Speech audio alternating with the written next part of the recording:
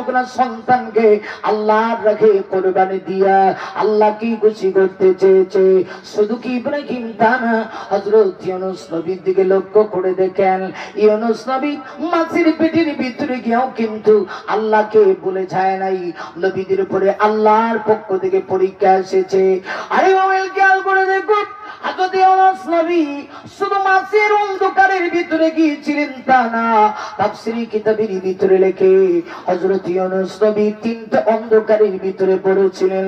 এক নাম্বার মাছের পেটের ভিতরের অন্ধকার, দুই নাম্বার রাতের অন্ধকার, তিন নাম্বার সমুদ্রের তলদেশের অন্ধকার। হযরত ইউনূস নবীকে মাছ যখন গিলে ফেললো, আল্লাহ অর্ডার করে দিল, মাছ রে সাবধান, আমার নবীর সঙ্গে বেয়াদবি করিস না, না বেয়াদবি করিস না, আমার নবী যেন কষ্ট না পায়। সমুদ্রের তলদেশে গিয়া হযরত ইউনূস নবী যখন পাথরের জবান থেকে জিকির শুরু হয়ে গেল, ইউনূস নবী তখন আশ্চর্য হয়ে গেছে, আমার কি হয়ে গেল, আমি যে আল্লাহকে ভুলে গেলাম। হযরত ইউনূস নবী